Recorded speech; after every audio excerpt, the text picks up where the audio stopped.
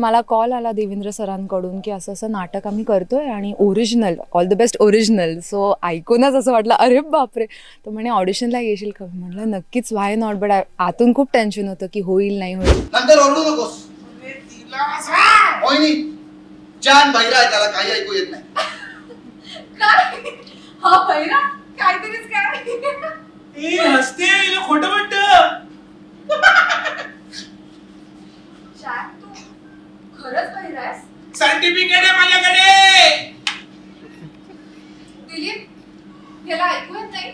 मंडळी नमस्कार, मी प्रेरणा. तुम्ही बघताय सकाळ. एका नाटकाच्या रिहर्सल दरम्यान मी आली आहे आणि मला भेटली एक जुनी मैत्रीण आणि ज्या अभिनेत्रीला तुम्ही आजवर प्रेम केलं आणि ती नव्याने एका नाटकाच्या निमित्तानं तुमच्या भेटीला येते आणि ते नाटक आहे all the best. Richa Agnihotri आहे माझ्यासोबत. खूप खूप स्वागत आहे. कशी आहेस तू? मस्त. तू कशी आहेस? Good to see you. आणि मला छान वाटतंय तू नवीन नाटक करतेस आणि तुझी कशी राहते सगळी रंगीत तालीम आणि या सगळ्या गोष्टी?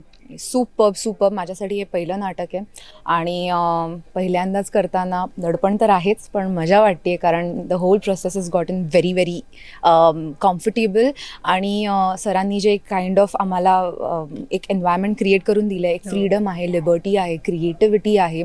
सो ते सगळं एकत्र जेव्हा आलं आहे तेव्हा मला ते भूमिका साकारताना पण खूप मजा येते आणि इट इज क्वाईट क्रिएटिव्ह.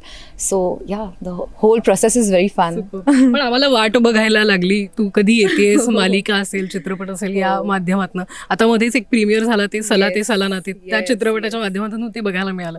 पण तू पुन्हा कधी येतेस? कारण तुझं नृत्य आणि त्या सगळ्या गोष्टी खूप छान पद्धतीने सुरू आहेत म्हणावं. पण नाटक कसं मिळालं हे तुला आणि तुला करायचं होतं का आधीपासून? फिल्म झाल्यानंतर मला अशी खूप इच्छा होती आतून की एक नाटक तर करावं. सगळे येऊन सांगायचे की नाटकात असं असतं तसं असतं, ही मजा असते ती मजा असते, पण कधी अनुभवलं नव्हतं. सो काही दिवस ना, एक महिना दीड महिना असं झाला, आतून खूप वाटत होतं एक नाटक करावं. असं भरपूर जाऊन नाटकं बघत होते मी आणि समहाव आय डोंट नो काय म्हणतात ना, युनिवर्स कॉलिंग असं. तर मला कॉल आला देवेंद्र सरांकडून की असं असं नाटक आम्ही करतोय आणि original, all the best original. So ऐकूनच असं वाटलं अरे बापरे.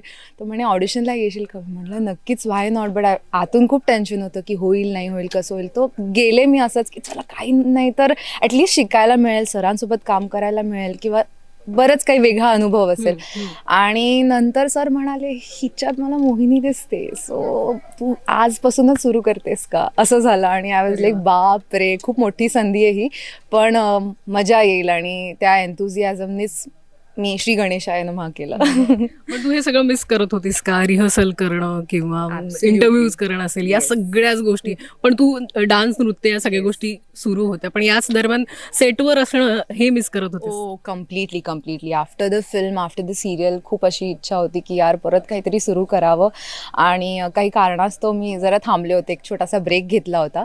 पण असं वाटत होतं की अरे यार इंटरव्ह्यूज होत आहेत, हे होत आहेत, ते होत आहेत. म्हणजे सगळ्या ॲक्टर फ्रेंड्सना बघायचे तेव्हा असं वाटायचं यार let's go back to it. तर म्हणून मग मी परत एक झेप घेतली आणि म्हटलं चला लेट्स स्टार्ट. आणि मग हे इतकं सुंदर नाटक आलं ऑल द बेस्ट.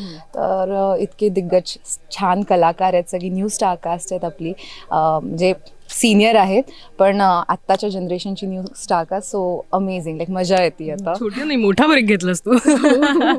पण रिचा, एक ऑल द बेस्ट नाटक म्हणजे इतकं गाजलेलं नाटक आणि त्यात जे कलाकार आहेत अत्यंत लोकप्रिय कलाकार असलेलं ते नाटक होतं आणि एक मोठी जबाबदारी तुम्हा सगळ्या कलाकारांना आहे. तर ती कशी पेलवतेस तू आणि त्या सगळ्या गोष्टी? नाही, नक्कीच. कारण ह्या नाटकात ज्यांनी कामं केलेत आज ती खूप मोठी नावं झाली आहेत आणि त्यांना लाईक कॉम्पिटिशन वगैरे तर काहीच नाही, म्हणजे असं कुठेच कम्पॅरिझन वगैरे काहीच नाही. कारण त्यांच्याकडून रादर शिकायलाच मिळालं आणि आज त्यांनी ज्या स्तरावर आणून ठेवलं हे नाटक, तर त्यातनं रादर आमच्या ह्या नाटकाला फायदाच होणार आहे. कारण लोकांनी ही पाहिलेली नाटकं आहे आणि आता त्यांना असं होतं की we want to relive the natak again, this natak all the best परत येत आहे. तर तो एक जो एन्थुझियाझम आहे ना, तो ऑलरेडी इथे आहे आणि आता आम्हाला एका वेगळ्या परीने त्यांच्यापर्यंत ते पोचवायचं आहे. नॉट जस्ट दॅट, पण यंग जनरेशन पर्यंत पण. कारण कुठेतरी आमची ही जी जनरेशन आहे ही थोडीशी नाटकापासून अवे किंवा त्यांना तेवढी त्याची नाही आहे, म्हणजे तेवढी ओढ नाही आहे जेवढी सिनेमा किंवा टेलिव्हिजनचं असतात. आता वेब सिरीज आलेत,